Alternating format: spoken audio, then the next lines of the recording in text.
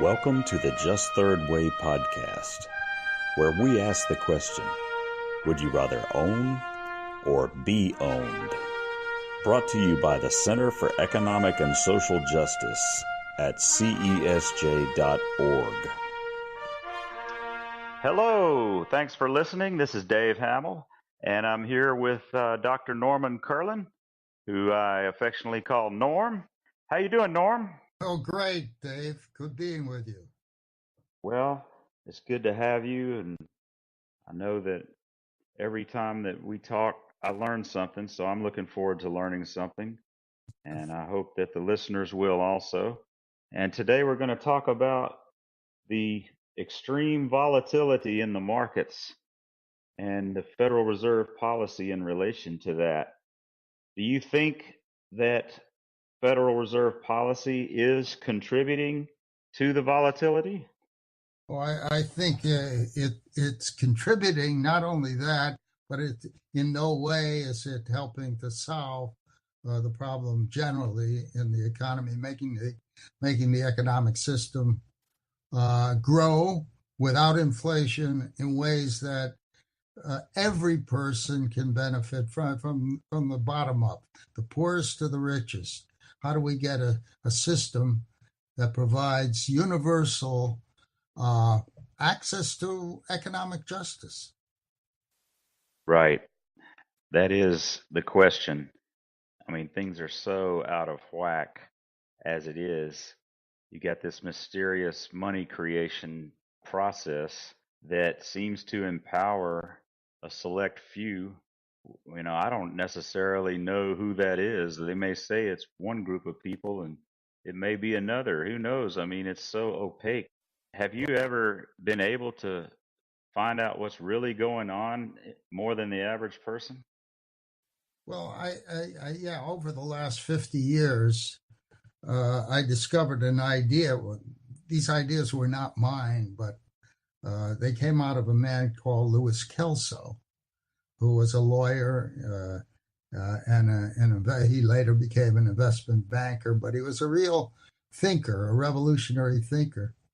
And back in the in the 50s, the mid 50s, he started writing, and he's the one who developed what's called the Employee Stock Ownership Plan, or ESOPs, which most people don't fully understand, but it's a way of financing using the money system, even the present money system, in a way in which people who have nothing, no savings whatsoever, they work for corporations, and the corporations set up this employee stock ownership plan.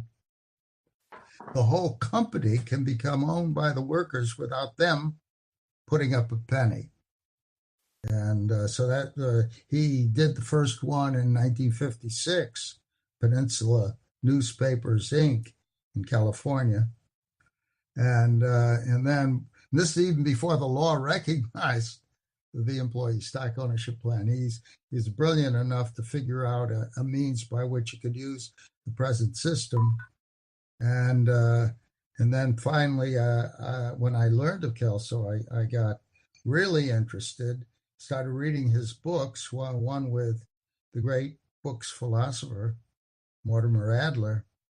And I read those books. Somebody introduced me to the ideas.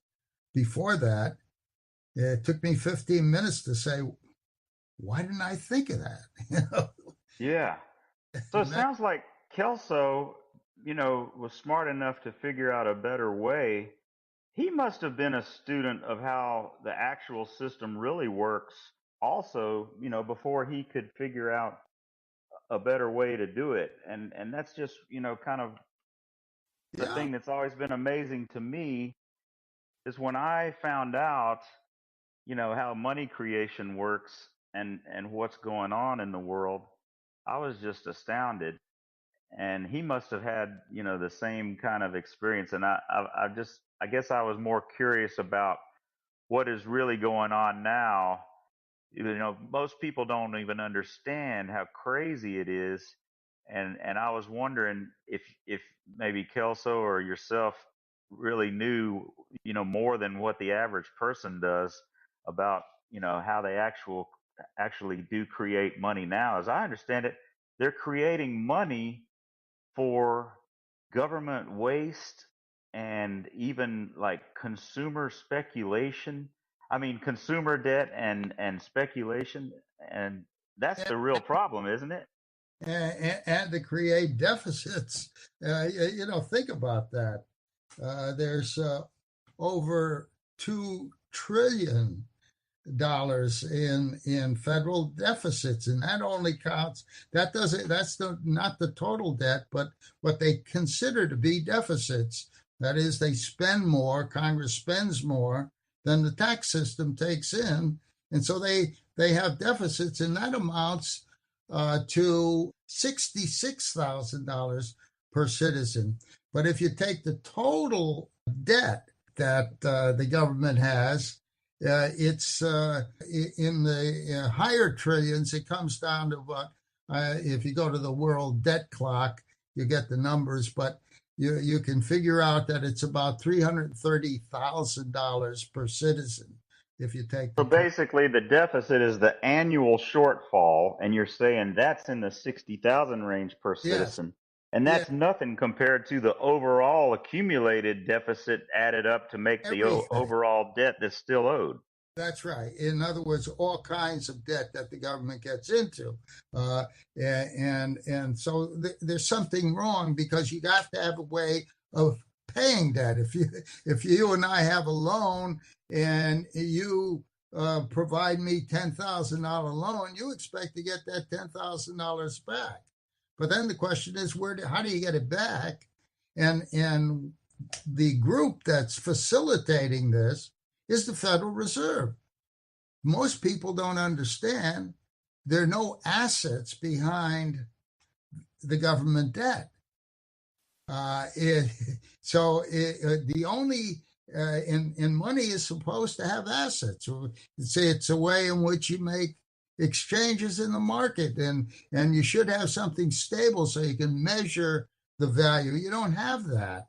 It used to be gold, but they got off the gold standard during the Nixon regime. And now what stands behind the money is government debt. So that when the government goes into a deficit, the Treasury Department issues new government bonds, and the Federal Reserve helps buy those bonds, creates money, so that behind the U.S. currency, and now all countries in the world follow this, is not assets but government debt. And so all kinds of countries have their overall system is, it makes no sense at all because the overall debt of the system is more than what's called the gross national product. That is the total production of in the system. It's over 100% in the United States, total debt, and the money it measures that in terms of and it's backed by a government debt paper. So Greece, for example, became bankrupt because it was doing something like this. I think America is moving toward bankruptcy. They're not going to have a way until, except I think Kelso, by once you straighten out what money means, that it's not a commodity. It's a way of measuring. So it's anything that can be used to satisfy a debt. So money is in a sense it's a contract. Every transaction you have involves both sides thinking that they're getting an equal exchange. So whatever they're exchanging, that's what really the value of what they're exchanging is money. It's not a commodity. It's a way of measuring transactions in the system. Right. That's true.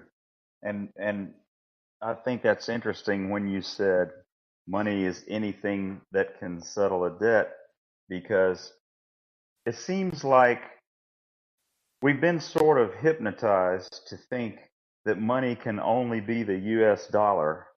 you know, Well, and that's that we true. have to sort of submit to this system that, like you say, is so messed up and makes no sense.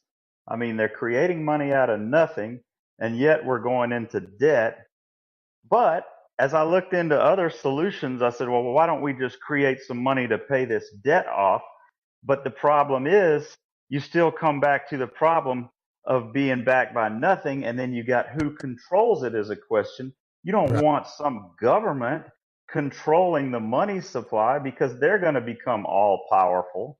So they Exactly. actually set up something originally that had some logic to it, where you had the marketplace, this private group of banks that does, you know, create money, but it's only through contracts of new legitimate business ventures that the money is created. And that's where the freedom comes in that I was talking about, and saying that anything that, you know, can be used to settle a debt is money.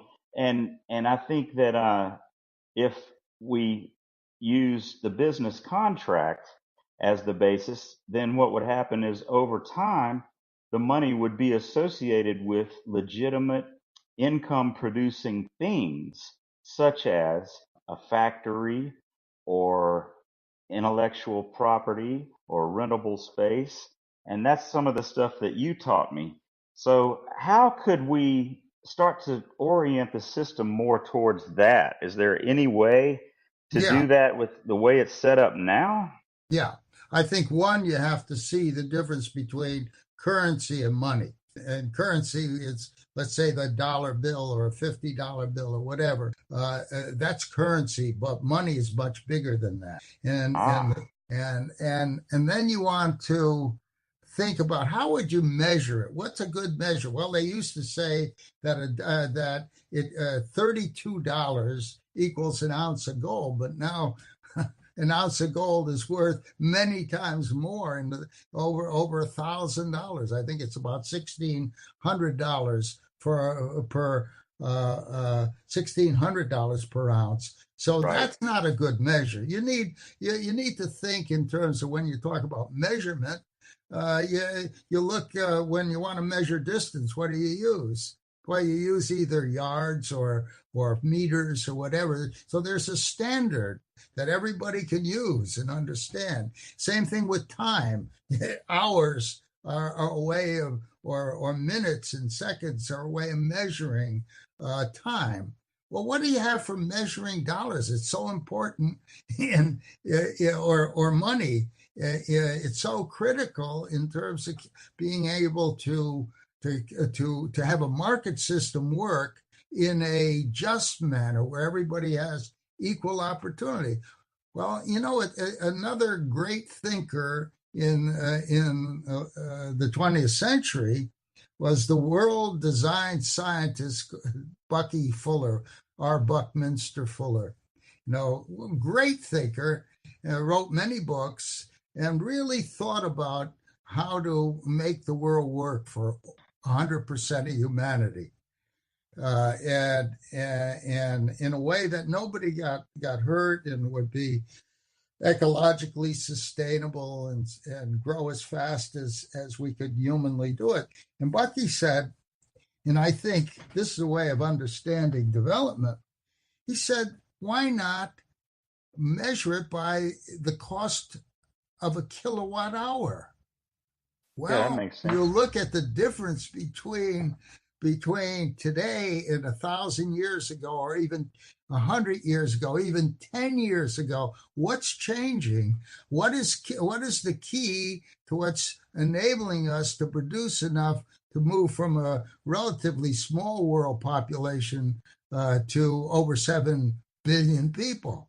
Well, if you didn't have the kilowatt hours, if you didn't have electricity, most of the new technologies wouldn't be able to be used. That's You true. know We that wouldn't have robotics, cities. yeah, robotics is replacing a lot of jobs, and artificial intelligence is replacing even work of lawyers and professionals, because they've now developed, but you can't make them work without having kilowatt hours available, and you want to make sure that the kilowatt hours are not going to destroy the environment, be a cause of climate change. So how do you get away from having to depend on the fossil fuels? Well, it's going to be new technologies that'll make it possible for the solar energies, for example, to be more advanced so that energy can be cheaper but more available in greater quantities. You see, and so this is the challenge of today. How do we finance the research necessary to move to a more healthy world, so that the climate is one that's not being affected by carbon dioxide sources or other fossil fuels? How can we leave the coal in the ground and the natural gas in the ground just for emergency purposes? Well, and that's going to be because we're able to finance the research necessary. When we had to go to war, what do? President Roosevelt authorized something called the Manhattan Project, and they created atomic bombs and atomic energy.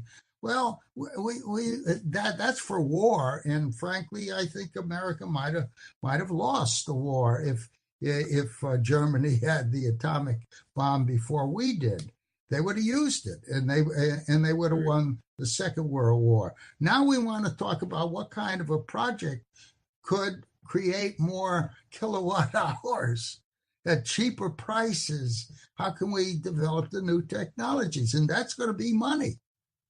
So that now, instead of what's going on, the federal government has not only deficits, but it wants to build walls that are going to cost billions of dollars.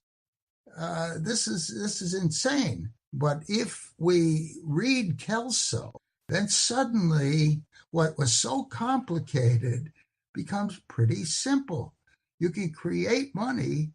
And Kelso, in the two books that he wrote with Mortimer Adler back in, one was 1958 and the other was 1961, and I didn't even hear about them, even though I had been in law school at that time.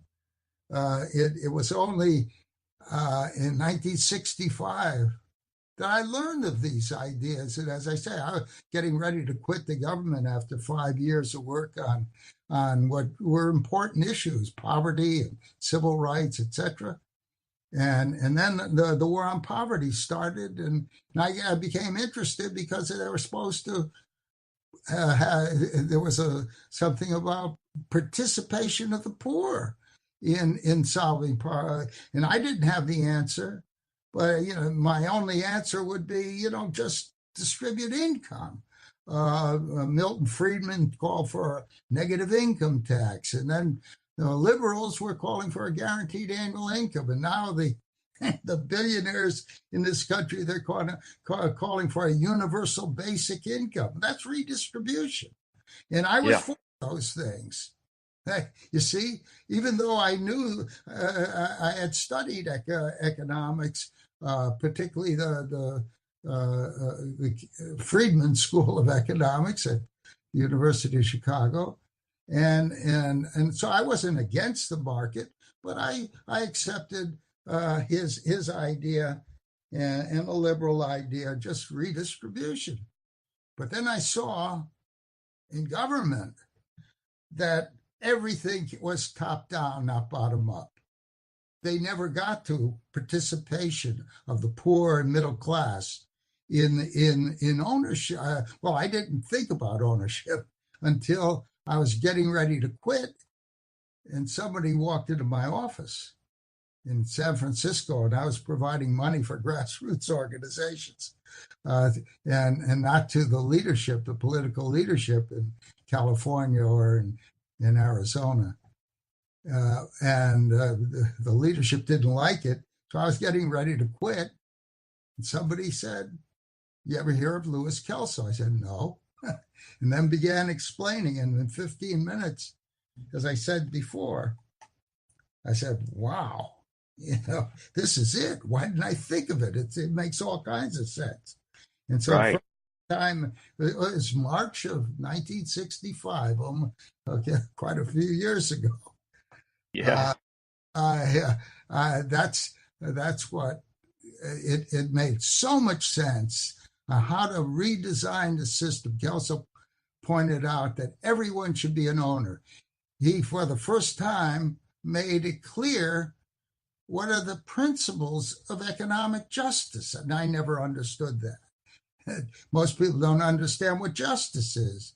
In economic justice, they use it to describe problems, not the principles for making the Right. system more just. But he outlined those, and then later I learned of social justice, what that meant. That came in when we formed the Center for Economic and Social Justice from a priest who had been writing. He was a scholar on social justice. And he added to Kelso, the Father William Ferree, who was the head of Dayton University and other leading Catholic universities.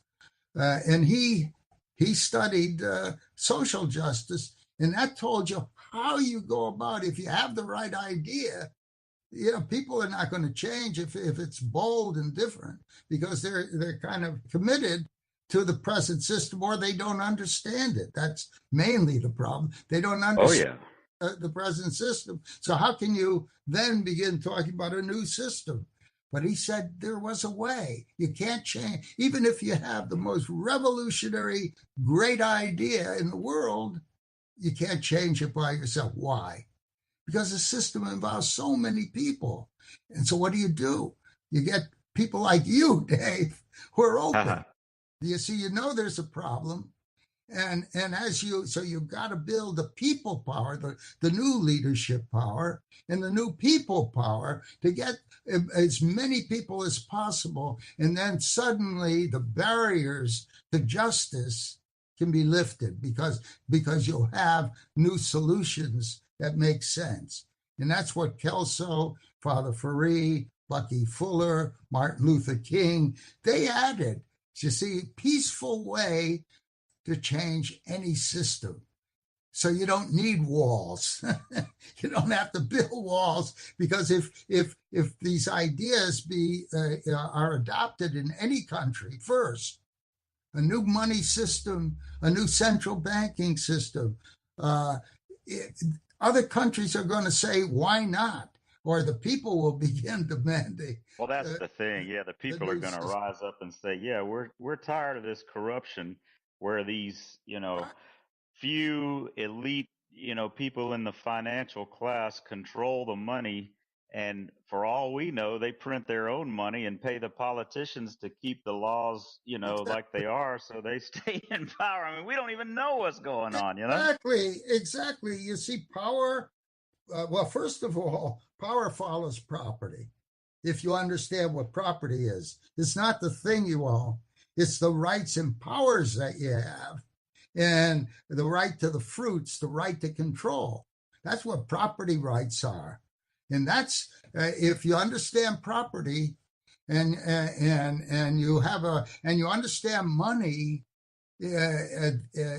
then you have a new system that you create money in such a way that every citizen, every child, every man, every woman will have an equal opportunity to grow the economy. They'll have the means for growing the economy faster, without inflation, in a way that people become economically independent. They don't have to be wage slaves or Right. welfare slaves or charity slaves, or the poor have to become consumer debt slaves. They borrow, but they can't pay for it. You see, Right. and so that's what separates out. That's what causes poverty. But it's not just the poorest of the poor. No, it's the middle class too. So the top, for example, in this country, the money system has resulted that 1/10 of 1% of Americans own more under the present system than the bottom 90% combined. And around the world, Wow. the same thing. Yeah, I So heard that that the six Walmart heirs have more wealth than the bottom half of all America. it doesn't surprise me. You see, but it'd be nice if they could spend it, because then people would produce more. But you can't spend the income. Yeah, it's morbid capital, basically.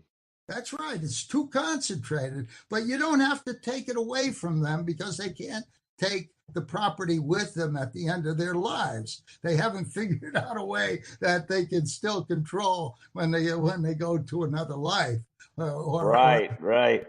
They and would if they could, right? right. So, but you don't have to worry about that. We can change our inheritance laws and tax laws to encourage that you tax the recipients if they have over 1 million or 2 million or whatever the number. In that way, you encourage the wealthy to spread it out in the next generation, and Right, to the workers who help create their fortune, or to right. teachers, or even to politicians, so that they don't go into politics, and new politicians, not for the money and not for any bribes that they would be offered, but and take, but rather they go in as the founders of this country did. They've tried to create a new nation, we the people, in order to form a more perfect union. It says, what's the first thing it says in the preamble of the Constitution? Establish justice. Establish justice. So here now we have the principles of economic justice, principles of social justice. We could change the world. And that's what we're Right. going to do. The world's going to finally say the present leadership, as far as I can see, I can't see a particular. We had leaders who supported our ideas, both Republicans and Democrats. Senator Russell Long, who was one of the most powerful senators. Kelso and I met with him in 1973, November 27, 1973. He took us out to dinner, and after that, he said he was going to support us, and sure enough, we got a lot of laws for workers. But Senator Long passed away. Hubert Humphrey was a supporter of our ideas when he was chair of the Congressional Economic Policy Committee. Right. And even President Ronald Reagan Reagan, is on record with support exactly. of it. Reagan was, so he wrote articles and supported our ideas. We were able to get another law through the Congress with bipartisan support in 1985, and to form a presidential task force on Project Economic Justice, which was going to spread these ideas in Central America and the Caribbean as an alternative to the Marxist approach. We were advocating the Kelsonian approach. But Reagan was a great supporter of the ideas. If you go to the website of our Center for Economic and Social Justice, which is cesj.org, and go to the videos, you'll hear Reagan's talk. You'll hear the 60-minute show with that Kelso was on with Mike Adler. Wallace. And Adler, there's another one there. Mortimer Adler was on with Mike Wallace. These are and Senator Long's talks, and then you'll hear Reagan, and then we got other videos which explain the ideas in fairly brief ways. But you get books. You can download the two Kelso books, and two books that we wrote. One was calling Uprooting World Poverty, The New Role of Property, and then the other, as you know, was called Capital Homesteading for Every Citizen. Right. That took the idea of 1862. Lincoln adopted probably the most important economic act in history. It built the the agricultural frontier was to provide 160 acres of land, and it was partially part of the Civil War strategy of Reagan to oppose slavery. He was saying, okay, let's enable people who don't own to own land, and so he called it the Homestead Act. Well, we say the homestead, there's land, there's just so much land anyway to go around. And there are problems in that after Lincoln was assassinated. But Lincoln understood money. I think he would have been a supporter of what we call a capital Homestead Act, because we focus on a frontier that nobody knows what the limits are, and that's the technology frontier. So, so if you use money to grow the technology frontier in a way that every citizen has a fundamental right of ownership, they will have power, economic power.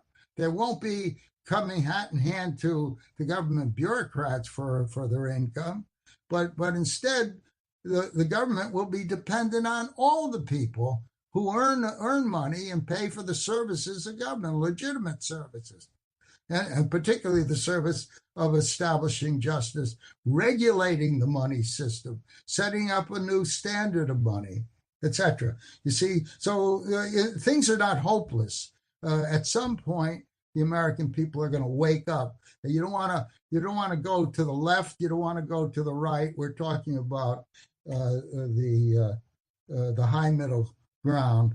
Marx, he opposed capitalism for the right reasons. He saw that it was a monopoly, and Kelso was against that monopoly.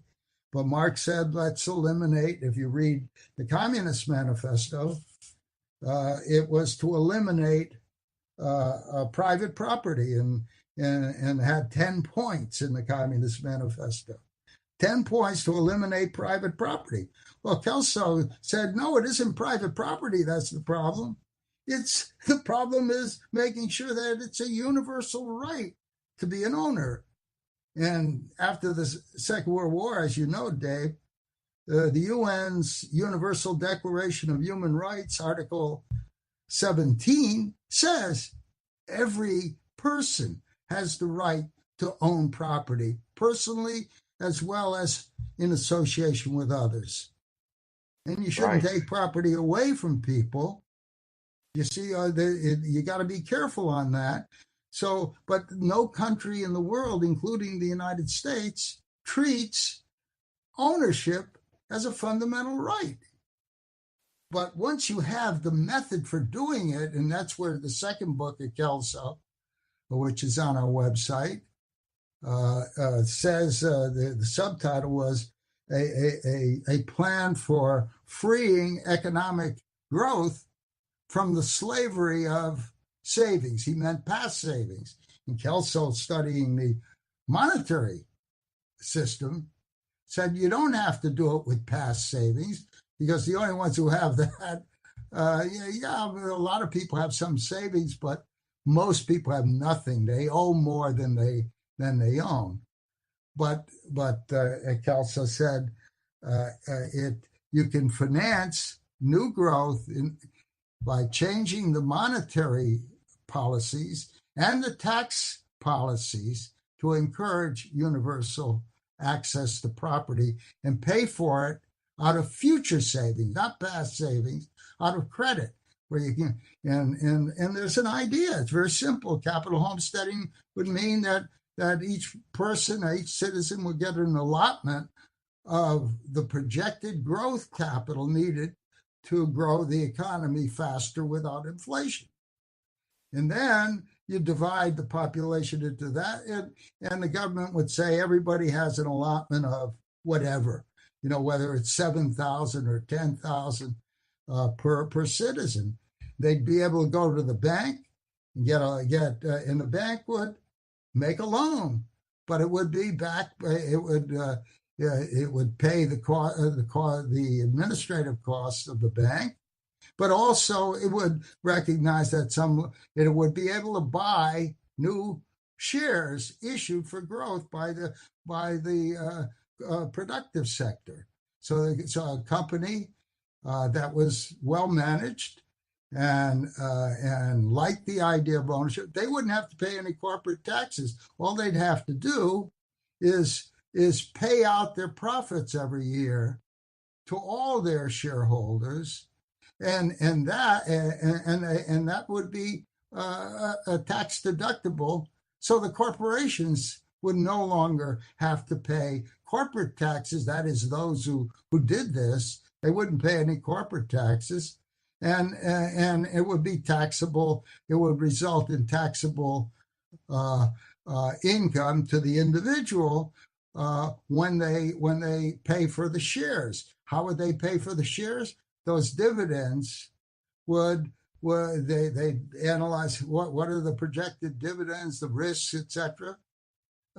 For buying shares in ABC Corporation, and then they would So, and the future profits, pre-tax profits, would pay off the loan. There'd be no interest have to be paid because it's not using other people's money. It's using a social tool called money, which is supposed to provide for transactions, supposed to lubricate the production process and the process of consumption, so that something that Marx opposed, it was called Say's law of markets. Keynes opposed it, and most economists are Keynesians. They thought, it couldn't be done, but they didn't understand that it could be done. Kelso pointed out how easily it could be done if, in fact, money was created by local banks without interest, paid for out of the future profits, so that instead of past savings becoming the means by which you finance a market economy, it's future savings, but where every person would have, through their allotment, you'd be able to generate the new money that would make them into owners, and thereafter they'd begin getting profits as an income source, and the shares would build up their retirement rights. And you right. see, this is a lot better than what's bankrupting the system and bankrupting many companies, because we're still locked into the wage system. And if you increase wage costs, then you become less competitive in the global market. And as you see, America, that used to be a net exporter, is now a net importer. China is producing a lot of things that America used to produce for themselves, but they have workers who get less money. So, but we don't want to follow the Chinese form, because you got, the Communist Party controls everybody's lives. You don't go against their wishes, but there's a new what we call the just third way, that China.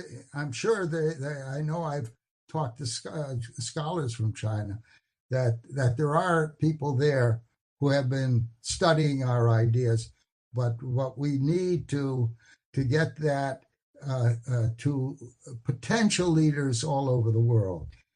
Dave, this is kind of wrapping up all the things that the center is doing.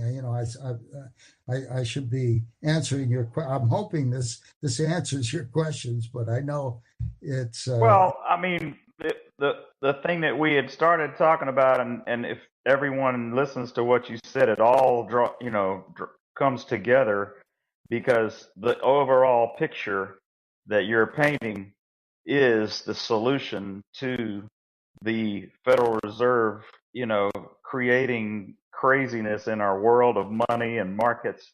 And so, the average person can look at the stock market and see that it's just a gambling casino, and Right. it has these huge swings. because they're creating money to concentrate to a few, players who trade as some kind of a, attempt to Right. constantly, basically have income without work. Is what it There seems you go. like. And the gamblers on Wall Street are the ones who control the money system. And Right, gambling is not what we're talking about. We're talking about production. How can you produce and consume? In other words, Say's Law Market said that you should have balance between the power to produce and the power to consume. Well, if you don't have enough consumption power, you can't grow fast enough. But if you do it right, if you're building ownership into the people as an alternative way that they can contribute to the production system through the robots and artificial intelligence and other technologies and land ownership. In other words, the non-people or in the things, the tools, the real tools of producing in a 21st century world, they are contributing, but they'll also be, if you grow fast enough, they'll create a lot more jobs.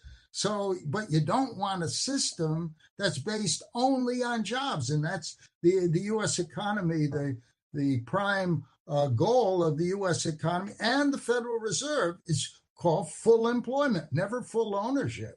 Never talk about universal right, ownership, but full. And this is also in recent years that they added. They were supposed to create a stable currency, what they called an elastic currency, which meant that there was always enough money. That is, the system itself should always have enough money to be able to finance the growth without having to depend on the rich or Wall right, Street.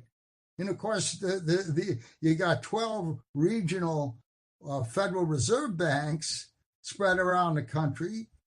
Well, the only one that really operates is the New York Fed, which is controlled pretty much by Wall Street.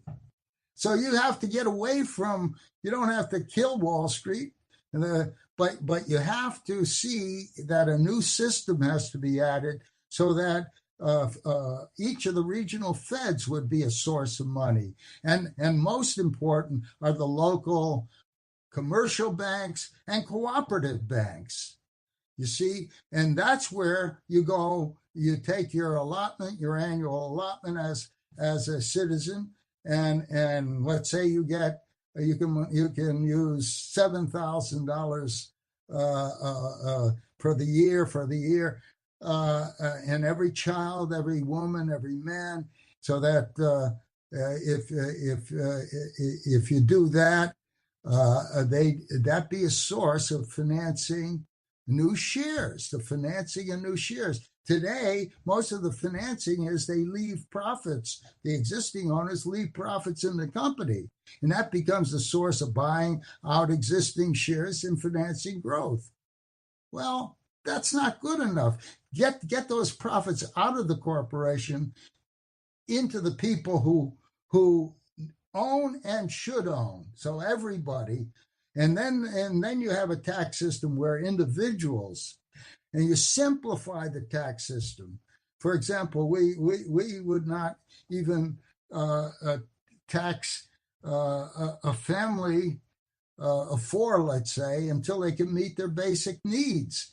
And any income above that would be taxed, but not with what Marx created and we adopted, the tax system based on a graduated or progressive income tax. That's not. It might be much simpler. The government wants to spend so many billions. Well, every dollar over, say, $100,000 for a family of four, so the family can meet its own spending needs. But every dollar that they earn over 100,000 will be taxed at the same rate as somebody who earns $1 billion as a hedge fund operator. And there Well, was yeah, this difference between capital gains and income is confusing, isn't it? That's right. That's right. You see, and everything can be each person no matter what they earn. You once you know what they want to spend, and you know what exceeds the we were just using numbers 30,000 per adult and 20,000 for minors or other dependents. Uh, and so it'd be $100,000 would be an exemption, and then everything over that exemption, you know how much money it is, you know how much the government wants to spend. You can not only have a balanced budget where there's no deficit, you can begin to pay off the loans that we made promises to. You see, but under the present system, there's no way. We're heading toward bankruptcy. That's one of the questions I had for you. Is the current round of tax reforms going to help? It doesn't seem like it's, No, you know, much different than what we've had. no, that's absolutely right. It's even worse. I mean, first of all, what they're spending for. I mean, here you got a president who wants to build a wall. Well, hell, if the United States adopts what we call a Capital Homestead Act, or call it an Economic Empowerment Act, then Mexico and Latin America, Central America and Latin America, where the refugees are coming here, why would they leave their family and communities? They could use the same technique in Mexico and every other country, and it can be done globally, as a matter of fact. Well, that is really the only way to get rid of the corruption in Mexico is to take away the constant stream of money from the government. And as it is right now, I'm sure that their government controls their central bank, but if their central bank was truly private, transparent, and was creating money as we are saying, which means, you know, new money is calculated, like you said, the entire new productive growth of the nation divided by the number of citizens, and right. each year every citizen would get a voucher for that amount, and they have to take that voucher, well, voluntarily. I shouldn't say have to. If they That's right. want to They don't have participate to in take the it. system, That's yeah, right. then they would go and they would buy stocks, and basically the companies that are wanting access to that money would have a feasible project that the banks say, yeah, this is a good project. It's, you know, not speculation. It's a solid growth plan, and you know that's what they call passing feasibility tests. Right. And so the bank would extend the credit, No, but there which will be actually another, comes Dave. from the There's another central bank point. too. There's another point you want to add to that. Yes, the Okay. bank do it, but the bank would have to know that the shares being bought are full dividend payout voting shares. Right. That You see, empowers people even more, doesn't it? yes, you see, and it means you've told the bank that they're going to get whatever profits that are projected. All those profits are not going to be stored in the company or paid out to the rich. No, they're going to be used to pay off the loans that people need to be able to buy those shares. Right. Wow, what a different picture that would be in the country of Mexico also, because like you said, if we did it here first, the citizens of Mexico would say, "Hey, wait a minute. Why do we not have that? That works, you know?" And That's next it. thing you know, the federal government and the federales would no longer be the ones that are in control of the central bank and the monies, and you know, And dictating what corporations get what. And so the people would have the power to exactly. say who does what. And Haiti and Jamaica would suddenly say, "Why can't we do that? Right. Why do we need to depend on the U.S. to grow our economy?" That's right. You see, So and that and, so that's and yeah, I'm sorry. brings us to one of the questions that I had written down, if you may recall, is how would these changes help average Americans as opposed to just helping Wall Street? And I think that's a good example right there. I'll tell you how. Take a child born today. If they were able to get 7,000, so it's 7,000 every year. Let's assume no growth. So it's still a slow growth economy. The only time we had real maximum growth in the United States was from 1940 to 1945. Why? Because there was a customer. That's right. You had 13 million of the most able-bodied Americans in the armed forces for fighting the Second World War. But we were still a primitive economy. But suddenly there was a customer, and the government made sure that they could buy as much of the military stuff, and a lot of industries developed, and you had double-digit, not just 2% rates of growth. No, you had 10 and 15% rates of growth because a customer was there. So now, if you have a system where you don't need government to be the customer, but the market system itself will generate the customer power for faster growth. But let me be conservative. Let's just take the $7,000, which we computed would be under present growth, the growth of the economy, the needs. It came to about 7,000 per American. Now, let's say a child was born today. By the time they'd reach 65, every year they'd get 7,000. And it would pay for itself in 5 to 7 years, let's say. And by the time that child reached 65, he'd have close to $500,000 in assets after tax, and would receive about a little under $50,000 a year. That's more than you can get out of Social Security. And from birth to 65, you'd have $1.6 million of dividend incomes. Now, okay, so that's telling you that there's something missing in the system that the Kelsonian system could address, and so and as I say, 7,000 is nothing compared to what it could be.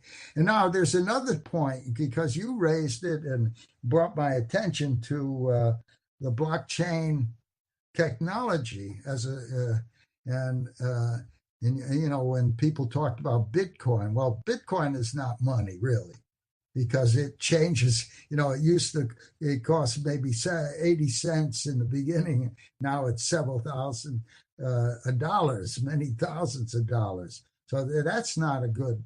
It isn't a stable form of money, and it's not money. But I mean, it brought us some interesting revelations in terms of what technology you can do. There you go. You just can't. There you go. The whole world can't use money that's ranging in value. Right. 100%, 200% in a week. Yeah, but the blockchain technology is a way in which all transactions, if you use it right, and there are two professors at MIT who suggested, well, not a Bitcoin, but they suggest called a trade coin. And if that were stable value, what the technology would do, the blockchain technology, is a way of measuring every transaction that could take place in the world in a confidential and regulated way. Now, once you do that, you have a global central bank and global money, and all citizens of the world could benefit. So while I'm talking about America, because I think America should be in the best position to do that, but if new leaders begin to emerge in America, and throughout the world, leaders who are committed to justice, who are open-minded, particularly academics, because the academics never, particularly the economists, they never talk about ownership as a means by which you could solve the problem, or how a money system could be developed that would bring back Say's law of markets, that is, a balance between production capability and consumption capability, where everybody is a participant. They contribute their labor to the extent the labor is needed for money, to earn money and to produce, but also contribute that which is really changing in the world, and that is the technology. If they own it, they're contributing that technology to the process. If that technology produces more and more abundance for marketing goods and services that the world needs in a climate sensitive way, then there'll be the other side of the equation is consumption incomes. And instead of having to do redistribution of income or charity or any form of welfare, people will have, throughout the world, will have money to be able to buy whatever is manufactured anywhere in the world. And America could begin helping the biggest help it can do to the developing countries. And I've talked to countries in Africa, and we did a successful venture in, we were called in at the last minute in Egypt some years back to help finance a hall in what's called Alexandria Tire Company, with Pirelli Tire of Italy contributing the most advanced steel belt radial technology. And we were called in to fill a hole. They had to take a particular form, and we applied the Kelsonian method. And so we can see that it worked. The problem is you really have to educate people, because where Pirelli only owned 10% and the workers had over 28% of the ownership. Today, it's 100% owned by Pirelli, because they probably offered the workers a bonus over what they thought their shares were valued at, which is unfortunate. Again, you need to educate. Even though we were able to get the laws changed in Egypt to permit this to happen, the biggest need is to have people like you, Dave, and others who are open and will teach and will talk about how it should be done properly, so that you avoid going back to the current monopoly capitalist system. Right. So why do you think no economists or thought leaders are talking about what's wrong with the system and how to Yeah, operate, like we're saying, in a better framework? I'll tell you where I think it's one, uh, it's academia. In the Yeah. best of the law schools, and I attended one of the best, no question about it, they teach you the law, but they don't teach you justice, the principles of justice. So, and the philosophers, the hard sciences are fine. They're doing great. They're innovative. They're open-minded. But when it comes to the social sciences, they're locked into the old paradigms, either the Marxist paradigm or the capitalist paradigm. Doesn't matter whether it's right or left. They really don't deal with the issue of justice. They don't teach justice in any way where anybody could understand it, where it's almost common sense. And for example, the three principles of justice, which I learned in Kelso's first book, where there's an input principle, we call it participative justice, where you can participate either through your contribution of labor or your contribution of capital. Okay, that's participative justice. Then you have what's called distributive justice. Well, how do you measure the income that people get? Well, as Kelso would say, it's the market system will determine what's the fairest way, a true market system.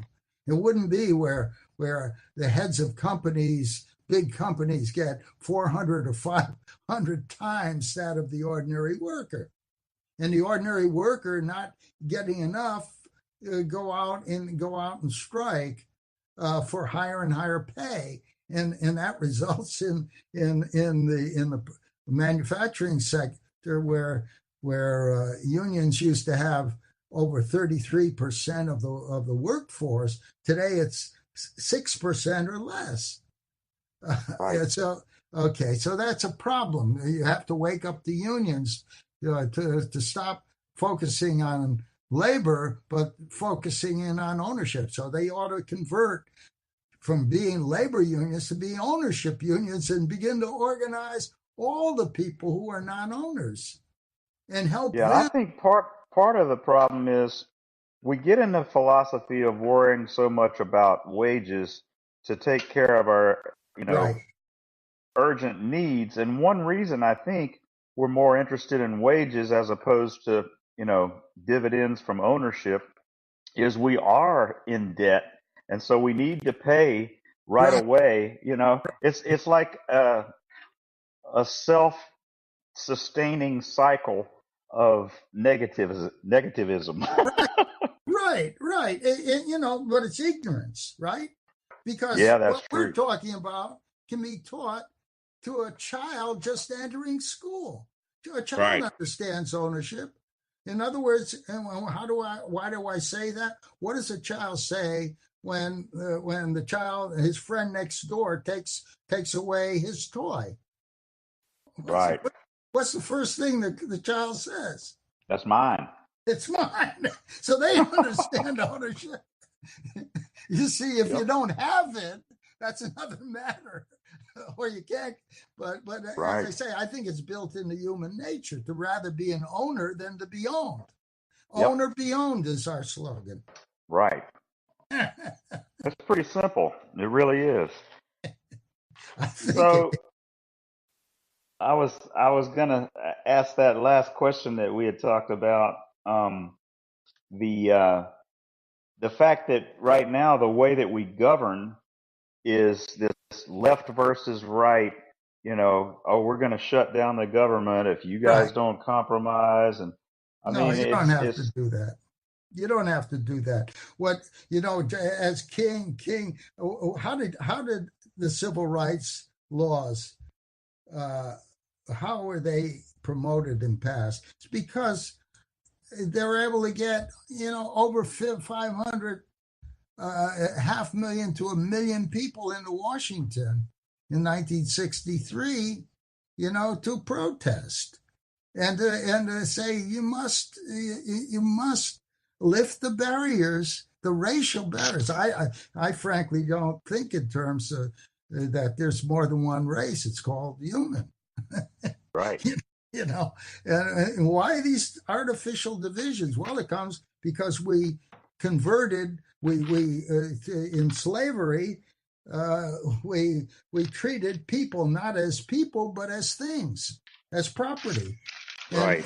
and the owners were able to own the bodies of the slave and get all the fruits that the slave produced. The slave owned nothing. You see, so Yeah. that went against justice clearly, and the people recognize that. Well, now we have to see that while official slavery has been banned, we now have another form of slavery: the Right. wage slavery, welfare slavery, debt slavery, charity slavery. So we have to now say, wait. Uh, it's too important. Justice can be achieved if we come together, new leaders develop who can articulate this, new academics begin to open their minds and articulate it, and teach the teachers so that when kids get into start from their elementary school through middle school and high school and college, they really understand what we're talking about, and I don't think it's that complex. Right, right. So basically, not only would you have more people understanding what's going on, but you would actually have a way to bring people together over the classic political division of individualism versus collectivism, which, of course, translates now in most people's minds to Republican versus Democrat here in the Right, US. right. And you say, hey, both of you guys have some points. These Oh, Republicans that keep talking about the free markets, they're correct. And right, it's hard to deny that. I mean, we've got proof of it. But at right, the same time, these, more progressives are correct when they say, no, something's got to be done. The markets are causing wealth disparity, right, you know? So if you had this paradigm that we're talking about where people, learn about other ways and ownership and well, really, if you want to define it specifically, it's widespread ownership of productive capital through pure credit. there you go. I That's like, I beautiful. like, I know that's a mouthful, but that's important that No, people it know isn't a that's the mouthful. key. That's what we're talking about. If That's you really right. want to, Right, narrow it down to one sentence, right. No, widespread right. ownership of productive capital through pure credit. That's And beautiful. that solves the age old conflict of collectivism versus individualism because it empowers individual people to make their own decisions because they are all owners. And it Right, seems to me that that is the way to solve the conflict that has us making no progress or operating one way for 4 or 8 years or 2 years and then swinging back in the other direction and canceling out everything that the last group did. right. Dave, pure credit it requires you to understand that it's a system of promises. But I think the word that people do understand, or they use it every day, is money. So Yeah. until you talk about a way of correcting the money system, you can't even get started to talk about the other changes. But it's how can the money system bring about universal ownership opportunities in the shortest possible time? And you're right, it's private property, but it's private property understood, not by Marx, because remember, Marx said He that you wanted to could, abolish it. well, that's right. He said you can summarize the entire philosophy of communism in a single sentence: abolish private property, and then had 10 points. And most of the world is following those 10 points.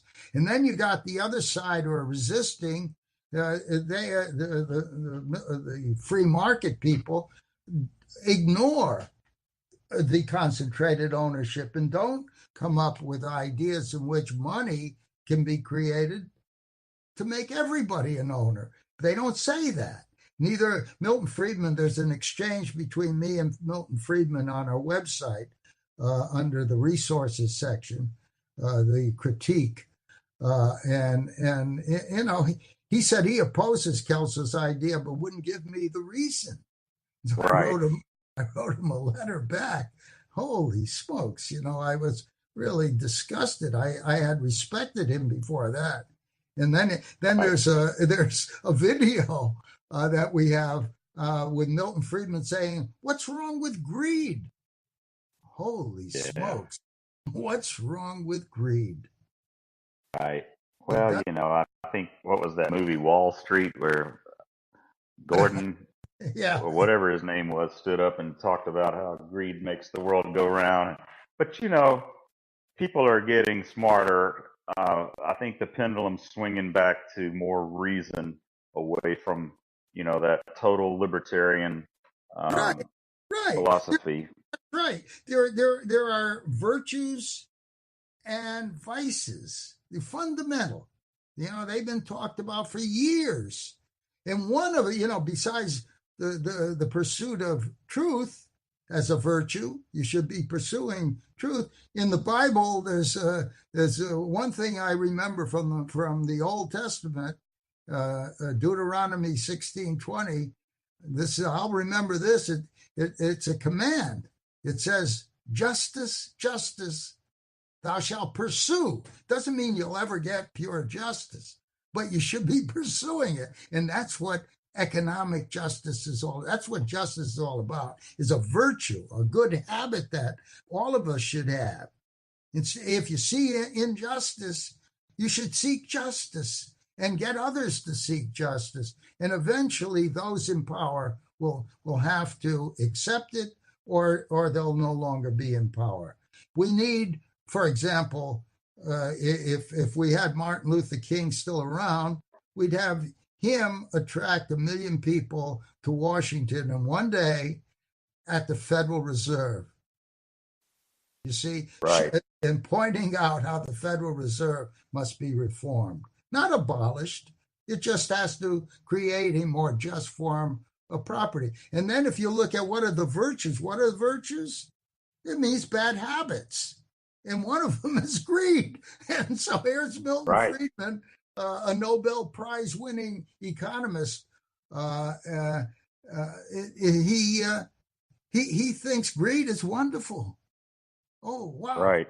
You see, and then if you go to this, the interview on 60 Minutes with Kelso that Mike Wallace had, they had another Nobel Prize winning economist, Paul Samuelson. Samuelson, yeah, I remember that. So you'll hear him, and you'll hear how Russell Long reacts to Samuelson's statement. It's just absurd. And these are leaders. They're not leaders Right. with any sense of justice. Yep. Well, I was thinking about that. You've got these economists who are not open to different ideas and ways to reform the Fed. Right. But everyone does worry when we have these huge market swings, and when people start talking about the debt, you've got, obviously, eventually something's got to change. So why would we not say, okay, let's take the top 7 reform plans and institute one of each in each Federal Reserve district? Would that not be something that, I would think that would be something that some economists could come together on and say, look, hey, this Norm Kurland guy, he's talking about something that makes sense, but we don't know for sure what it's going to do. Let's try it out over here, And while we're doing that, let's let the monetarists over here that want to tweak the system this way, let's let them put their plan over here in this district. I think something like that is at least more reasonable than just blindly going down the same path with the same problems getting worse and worse. Well, this is interesting. You're raising that, because I was working with some leaders from grassroots leaders. One group is called, they don't call themselves Negroes or Blacks or African Americans. They call themselves descendants of American slaves. Right. And they want, they're promoting the Capital Homestead Act, because they say, we will not only liberate the descendants of American slaves and give them equal ownership opportunity, but we're out there to even get the enemies, the white supremacists, and make it possible for them to enjoy some economic justice. In other words, the ideas can unify all Americans. Right. And so, that is benevolent. The benevolent of them, that is a notable organization. That's good. Yeah. And one of the things that they did was to interest the St. Louis Fed to do this. And there was some interest there because back in it was 19, no, it was 2000, it was 2007 or 8. I was working with a leader, one of the great leaders, a woman. Wivette or Young? Wivetta Young, who was the number 3 leader in Illinois House of Representatives. And she worked with Bucky Fuller, and we were going to build a new city in East St. Louis. Wow, it needs it. And it was going to be called Old Man River City. And he had the drawings for all of that. And then we had a group from the master architect at Georgetown University, very brilliant guy. And he brought in the NASA power technology people. They were going to clean up the brownfields with a very advanced energy system. I think it was going to cost about $60 million, which would get methanol out of the ground, or convert the waste into methanol, I should say. There was a technology developed, and then you'd feed it into fuel cells to produce energy, but a high-grade form of energy, water and heat, so you could rebuild the manufacturing base of East St. Louis. And it would be owned by all the people. We got through the legislature of Illinois a bill which would turn all the land to be rebuilt of East St. Louis and 15 surrounding communities. And the title of the land would move from government ownership or city or state ownership to ownership of something that we now call a citizens' land development cooperative, so that every child, woman, and man in that area would have an equal share in this development agency. It would do the planning. Yeah, that would make sense. That would be a very, very clear illustration of the principles that we're talking about. And that is what I'm talking about. Put in some, actual demonstrations of some of these other proposals that are floating around, and let them compete against each other. Because I believe when you're focusing on productive capital, creating new growth, new projects, in this case, those like the energy company, that was going to be a for-profit entity, right? Oh, absolutely. It would be owned, that the citizens would be able to own a portion of it, and the workers there would own, but the land would be leased out to all the companies or anybody using the land, so that the lease incomes would now provide an income to every permanent resident, every child, every woman, every man. Everybody would get an equal dividend from leasing the land. Well, nothing wrong with that. Why should government is not a person? It is not a human being, but the people are. So why not have ownership of land as well as technology and all natural resources? The amazing thing, really, if you think about it, every other time that's been tried, whether it's a co-op utility or a farmer's co-op, or even like the state of Alaska, and I guess the people up there own the pipeline or something. No, they don't. They get a huge dividend every year, right? A lot of people are mistaken on that. One of our counselors at CESJ was Senator Mike Revelle, and he first proposed ownership by the people of that pipeline. Yeah, but then he got kicked out of office for whatever reason. And then his political opponents said, oh, no, we're not going to spread ownership, but we will imply that the profits in the oil would be distributed through a dividend. That's not ownership. And if you see, so we have to be clear on that. But anyway, let's get to East St. Louis.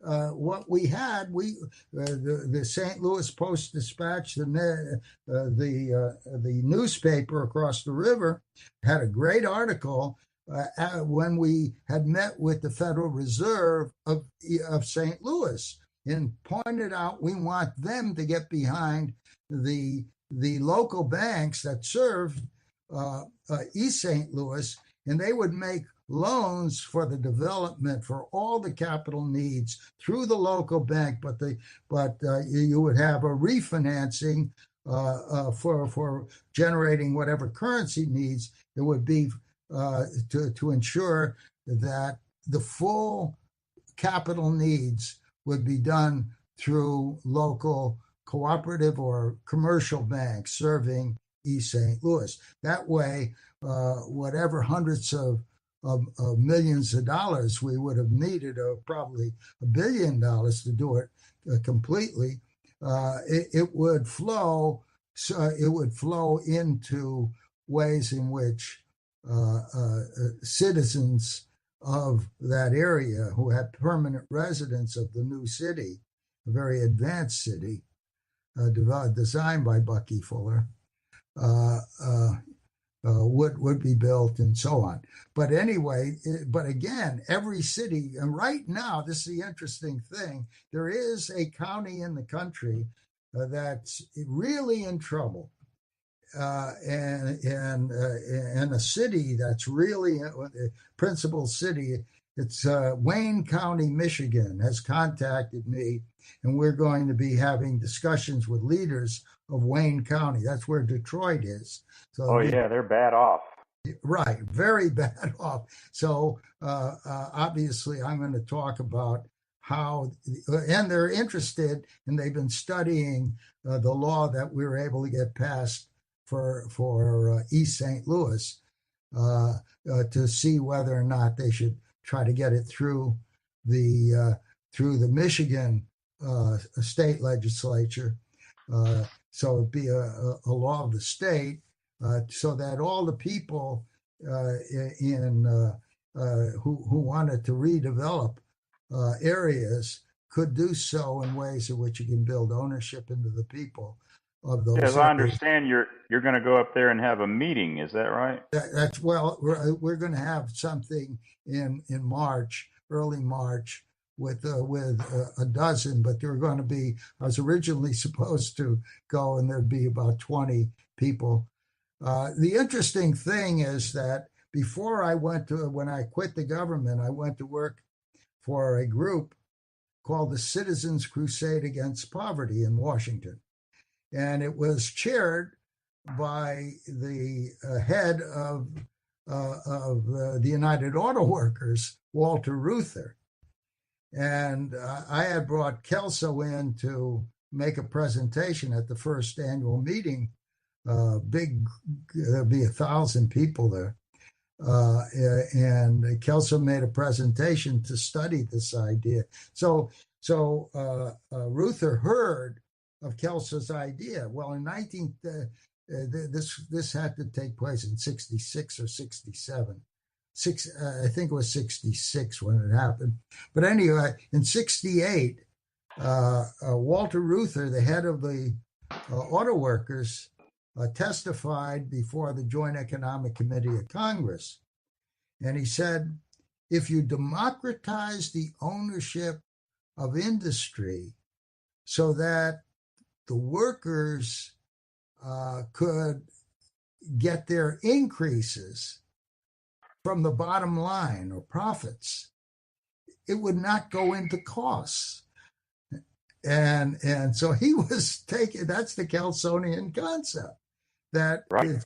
Let wages be determined by the market. Don't go out and artificially force an increase in wages, because that is what resulted in the Rust Belt, that our wage levels were much higher than the Japanese, and the Japanese came in and took over the industry. And when I was in Japan back in the 50s, I could hire 3 Japanese for every American doing the same work.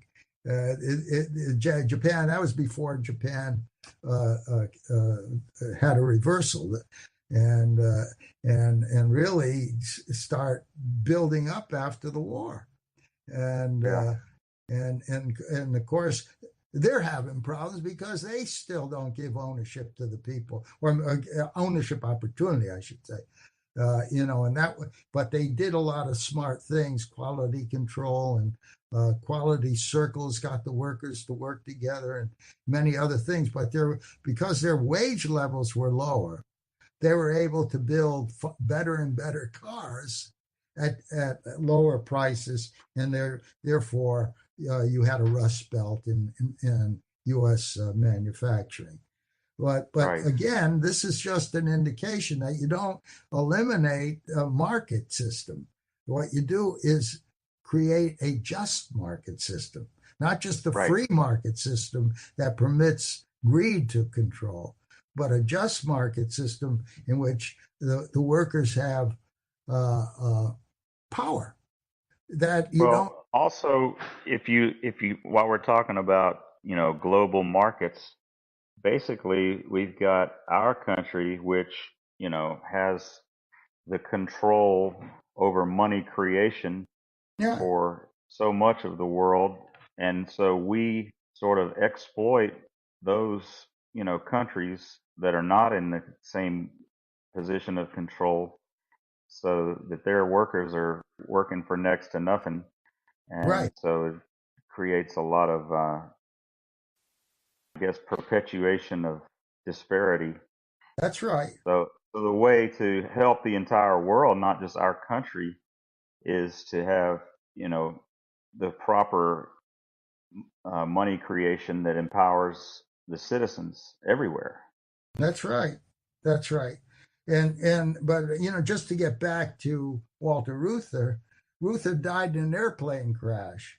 And Kelso and I, after that, met with Leonard Woodcock, who was his successor, but nothing happened.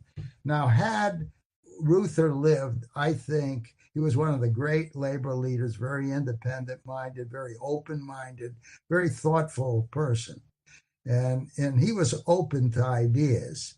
And so, unfortunately, the U.S. labor unions are still locked in to the wage slave system. And the union leaders benefit, but by and large, they have not made it possible for their members to earn more. But even bigger than that, they have to look and see that there's a need for labor unions to transform themselves, as I said earlier, into The ownership. ownership unions. Right. You see, Absolutely. and because you need an organized effort, but with ideas that conform to justice. Right. And Yeah. so that's what we're looking for, Dave, as you know. We're hoping that even some of the listeners to this may become the leaders we're looking for. So that's Right. why. And I encourage anyone, I was going to say, if they're in the Michigan area, to try to support Chris Dardinsky. He's a councilman up there, isn't he? Dardzinski, yes, he in Lincoln Park City. Right, Lincoln Park City Council. Yes, right, support him. Find out when he's having meetings about capital homesteading. right. Try to attend, learn, support, and anytime that anyone wants to get involved in their local government, contact CESJ, and we can, give you material that helps to promote some of these local projects that empower the citizens with ownership. Exactly. And that's the kind of solution that we're talking about to address what's wrong, and these big swings in market just to kind of sum it back up and close. That's what's wrong with the system. It's the way money's created. It creates bubbles Mm-hmm. because you've got a select few who benefit from the power of money creation, and they're treating the Walmart I mean, the Wall Street stock market like a casino, and that right? hurts the average people. I mean, we've had so many stories where, you know, people built up their retirement plans and everything looked good, and then you had a huge crash. And I, it doesn't I have to. think I think it can be a worse crash than in 1929. Yeah, yeah, we're heading to something that could happen if the right bubbles burst at the right time or wrong time. It really could be disastrous. It really could, and it'll Exactly. be very sad. So I think what will happen is that the government will force people to do things more than they're forcing them today. That's true. So that's why we have to work to prevent that from happening, and you can only do that by offering a solution which is good for everyone. We're not against government. Well, but Right, it has a role of providing justice, and if they want to provide justice, then I think they have to examine the Kelso ideas, the big ideas, not just employee stock ownership plans. A lot of the right, there are something like 10,000 companies that have adopted them. Some are greater than others, and then there's the co-op movement. There's a co-op in New England called Equal Exchange. It's fantastic in terms of its philosophy, but it too needs a little bit more of the Kelso financing strategy. But the philosophy is great. Now, well, also, it's not just Kelso that wrote some of this good stuff about how to run things. I mean, you yourself wrote the justice-based management stuff, right? yeah, yeah, because I don't. Yes, well, myself and Dawn and Michael Graney, Dawn Brohan and Michael Graney, who work here in the CESJ, as you know, nobody gets paid for our work, and we were formed in 19 '84, wasn't it? 84, right? Uh, and it was 85. Let me see. '85.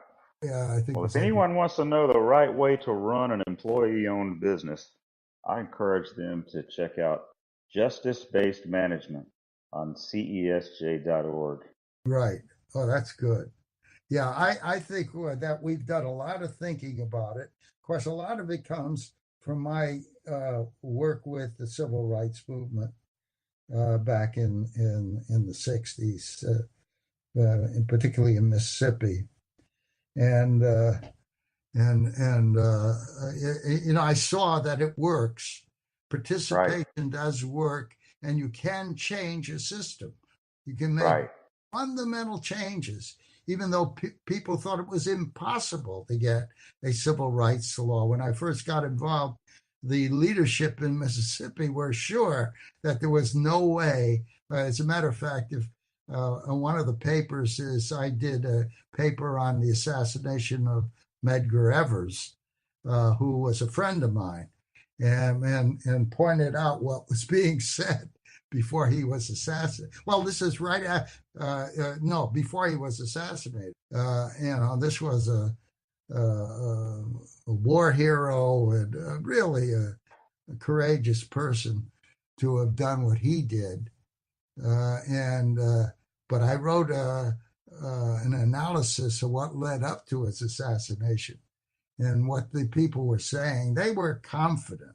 The leadership of Mississippi was confident that there was no way that you could get a civil rights law simply because the Southern senators controlled the Senate. right. Because But anyhow, it shows that even there, if what they were proposing was wrong, if you organize people with peacefully, even it wasn't just Martin Luther King, but Student Nonviolent Coordinating Committee, SNCC. These are the guys in the front lines. And they invited students from all over the country for what they called the 1964 Mississippi Freedom Summer. Right. Uh, and And even though three of their members were assassinated that year, the fact is that without that, you would not have had a civil rights law. They challenged the White Citizens Council Right. in Greenwood, which was the toughest, probably the toughest town in Mississippi. But Yeah, they went. that's true, and I think that's a good lesson. And anyone that's listening to our stuff, don't dismiss it and say, "Well, that'll never happen," because if you just get a few people to actually do something, it will happen. Well, absolutely, Dave. When we had the Presidential Task Force on Project Economic Justice, we had the left, the right, the unions, the National Chamber of Commerce, American Enterprise Institute. You had people, we came out with a unanimous report. And when that happened, uh, I I was teaching the Kelsonian approach to privatization, and people from all over the world were coming in. And a fellow from Russia, Russia at that time, that was the Soviet Union had collapsed, and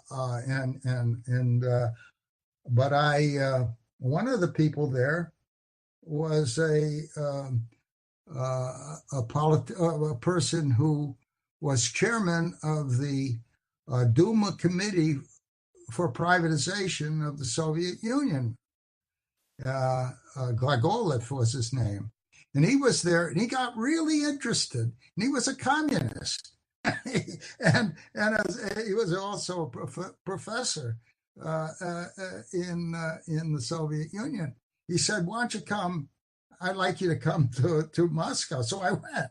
I went to Moscow and I testified before his committee, and he introduced me to other scholars and politicians. And he liked our approach to privatization as opposed to the Wall Street model. But the Wall Street, Right. and as a matter of fact, I had letters that I'd represent them before the World Bank and the International Monetary Fund and so on. But anyway, nothing. Well, what happened is that whole privatization effort was done the wrong way. So, Right. and that is, they gave shares to the oil, for example, Right. to all citizens, but they were worth a couple $100, and people were poor. They were hungry. The economy wasn't working. So They the sold them. to the criminals in the system who would Yeah. pay them a bonus. You Yeah. see, and so they became billionaires, and even people say that Putin earns considerable income Oh yeah. from that system. Uh, Yeah. and And I've that's heard why some they're, wanting to control Syria, where they have oil pipelines going through. exactly, exactly. It's Well, just the same old thing over and over everywhere. It just right. concentrates and creates conflicts. Well, I'm hoping that we'll get to some world leaders at some point. The ideas we'll get. It's not, I think I can articulate them pretty well after all these years, but I think when true leaders are available and we can meet with, um, I think they will buy.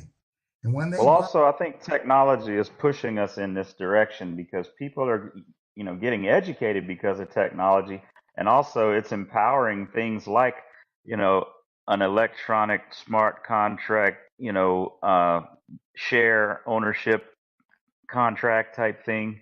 right. All these things can be done so efficiently now that it wouldn't take large administrative, staffs of people, and I think it's coming.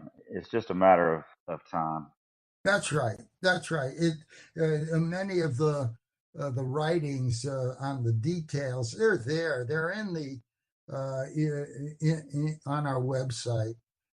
Much of it, although I'm still working and refining. some of the ideas in recent days. But it's ready. It's ready. Ready for leaders to get behind and bring to the American people. And again, probably the most important would be academics who will open their mind and get excited. And I'm just hoping, we're going to find some. There have been academics, but who kind of liked it and they still like it, but they're not aggressive in terms of getting the ideas heard. But I'm hoping that more conferences can be held where we will excite enough academics to know that the old ideas should not be held on to, but they should be open to looking at this and writing books on it, etc. And the media, we have to get the very fact of what you're doing here, Dave, with your program is one that will undoubtedly is critical. I think you're doing a great job, and I encourage people to listen in on your. It's once a week now. Yeah, we're trying to do it once a week. Yep. That's great. And is it still called the Just Third Way Hour, or? Yes, that's fine. Good. Yeah. That's terrific. In fact, we better go because we're almost to 2 hours. Oh, really? Oh, my God. Time flies, doesn't it? Dave, but nothing is more important than working for justice in the world. Well, it's been a pleasure working with you, Norm, and I'm just blessed that I was able to know you and be able to get wisdom directly from you. And I encourage anyone that is interested in these topics to get to know Norm, and he will motivate you to get involved and get these laws passed. And contact us at cesj.org. You can email me at rdhamel@gmail.com. And Norm's email address is thirdway spelled out at cesj.org. And I guess with that, we'll wrap it up. I sure do appreciate you being with me today, Norm. Thank you, Dave. Own or be owned. Own or be owned. We'll talk to you soon. Bye now.